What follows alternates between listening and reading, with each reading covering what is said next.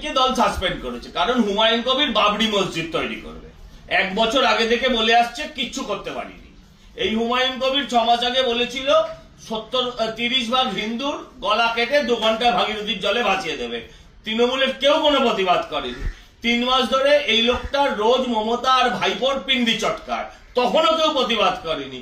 22 তারিখে ও নতুন দল ফর্ম করবে বলেছে, তখনও কেউ প্রতিবাদ করেনি। আজকে 6 তারিখের আগে 4 তারিখে ও বাবরি মসজিদ যাতে প্রতিষ্ঠা না করতে পারে তার জন্য ওকে সাসপেন্ড করা হলো। কিন্তু বিষয়টা আমি যেটা আপনাদের সামনে তুলে ধরতে চাই, কারা সাসপেন্ড করতে বসলো?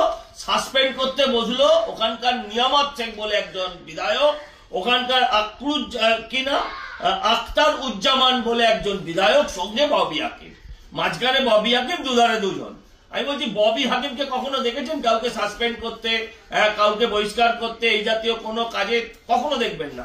এই জাতীয় কাজ করার জন্য দলের সভাপতি থাকেন, এই জাতীয় কাজ করার জন্য দলের মুখপত্ররা থাকেন, বা শৃঙ্খলা রক্ষা কমিটি। তৃণমূলের শৃঙ্খলা রক্ষা কমিটি নিয়ে আমি আলোচনা করছি না, কিন্তু ববি হাকিমকে আজকে এত বছরের রাজনৈতিক জীবনে কখনো দেখেছেন? কখনো দেখেননি। তৃণমূলের আজকে ক্ষমতা নেই, তৃণমূলের আজকে ক্ষমতা নেই একজন মুসলমানকে সে বাবরি মসজিদ বানাক, সে 30% কেটে ভাসিয়ে দিক, কিংবা মমতার মা বাপ তুলে গালাগাল দিক, তাকে দল থেকে দাঁড়ায়।